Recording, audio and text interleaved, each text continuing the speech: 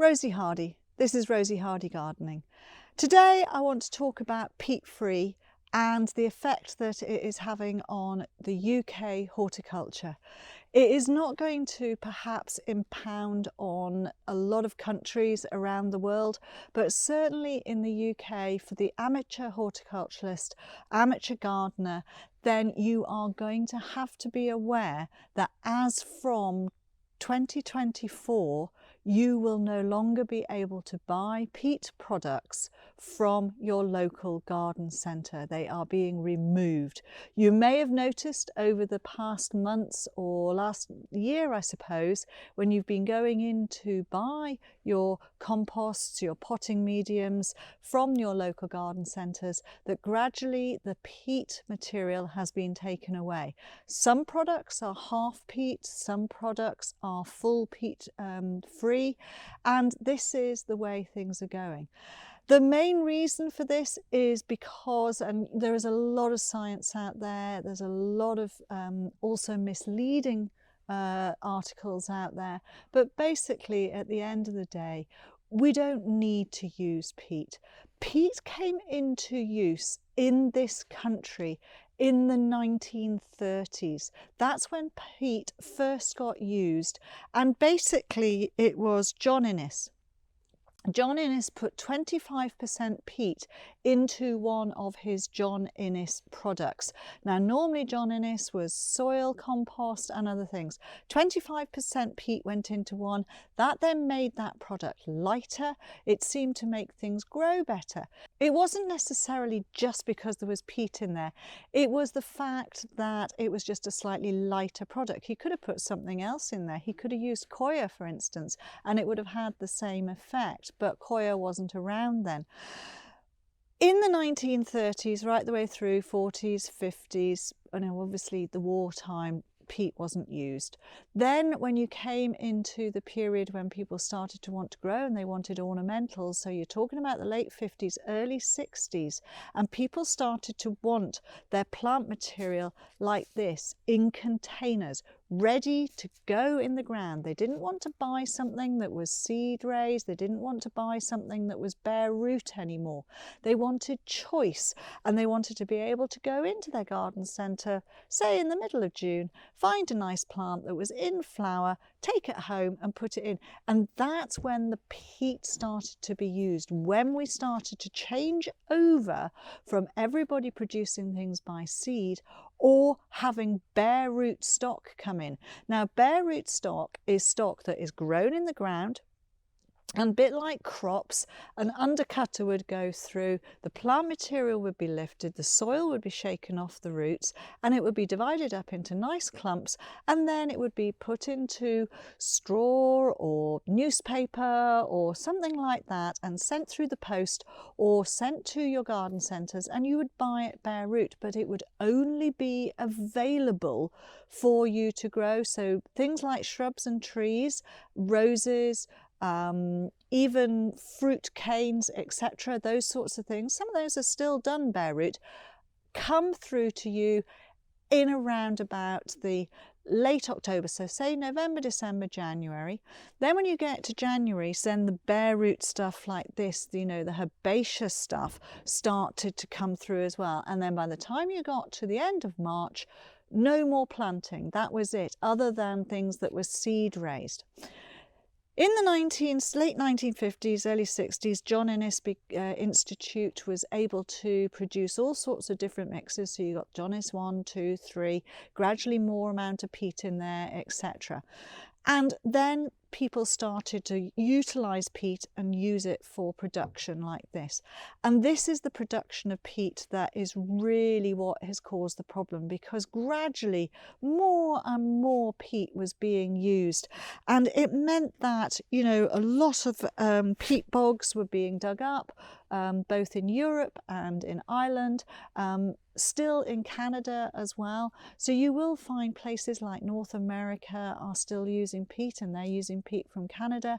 In the UK, the peat is being stopped, and they're trying to resurrect the peat bogs because they are a brilliant carbon sink, and they really store an awful lot of good carbon. So we need to stop digging them up. Why was peat used? Peat was used basically because it is a reliable product. It's always the same when it gets dug out. Gave good performance in a pot for plants that were grown. Lightweight.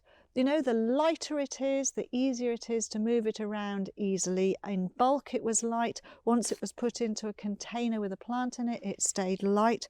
It's an inert product, and basically it needed little or no processing. So that was always, and it was readily available. There was tons and tons and tons of peat out there. But gradually we used it and abused it, because the amateur gardener, rather than just keeping their peat products to being things that they grew in containers, started to spread it on their ground, and because they thought it looked good, and they would spread it on their borders, and they'd spread it on all. Absolutely no use whatsoever. You might as well throw £50 notes at the soil for the goodness that the actual peat did going onto those soils. So that was part of why it's wasted. Now we have realised this.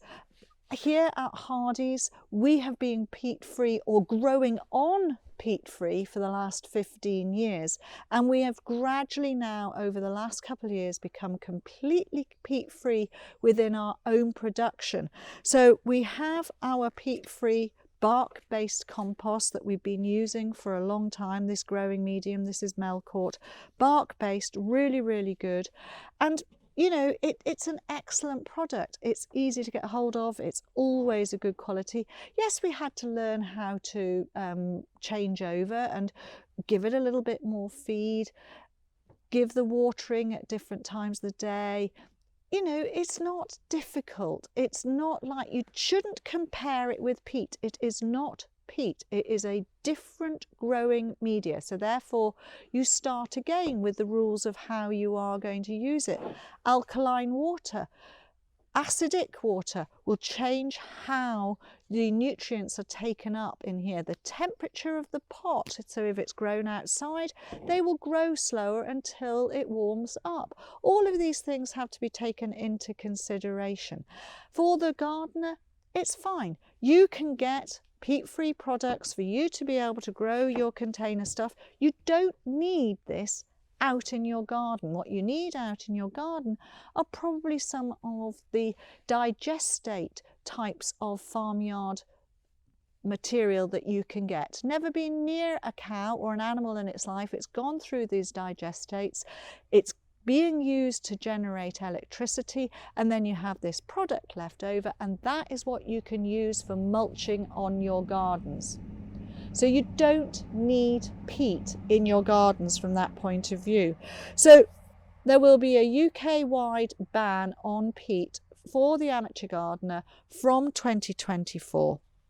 Being peat-free is the goal of lots and lots of people. It will take some of the big nurseries a little bit more time to get their systems changed around to being able to use peat-free.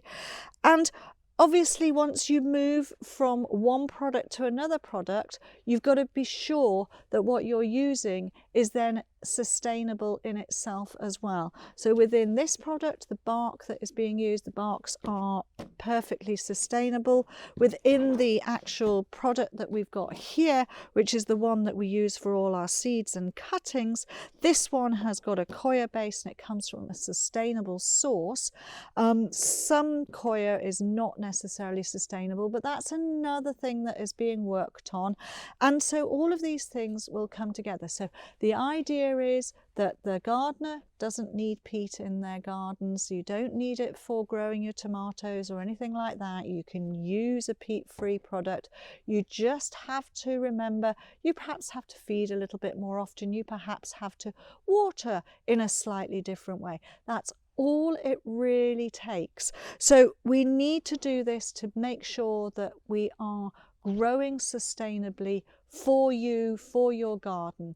And the aim is to be peat-free, hopefully by 2030, with all of the growers in the UK. Hopefully before that. We've done it, and we've been doing it for the last 15 years. There are occasionally products that we have that we buy in small small little containers or even as plugs from someone else, and we know that they've got peat in them. So we will not be putting our 100% peat-free marker on those products because we know there's a little tiny bit of peat, so they will be grown on. So they go from their little bit of peat plug into peat-free, which means they're grown on. If they are produced solely by us on the nursery, our own propagation, our own potting on, we are going to be putting onto our plant material 100% peat-free. So do look out for that on Hardy's Cottage Garden Plants on the website. It is going to be coming soon, so that is something new.